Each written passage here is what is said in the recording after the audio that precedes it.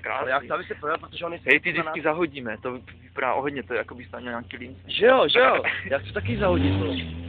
No, dal ručku dolů. To by asi driftovalo, že? To světlo mě sere. Že, jak to jedno svítí moc a to druhý vůbec.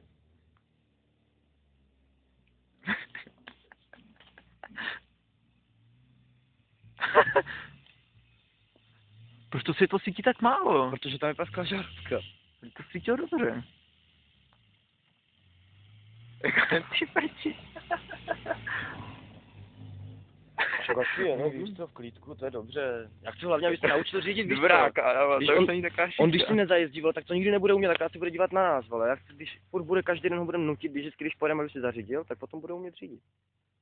Chápeš, dívej, teď si zařídí, Prostě to je úplně jiná kára, ale to není Škodovka. Že jo, krásná taková.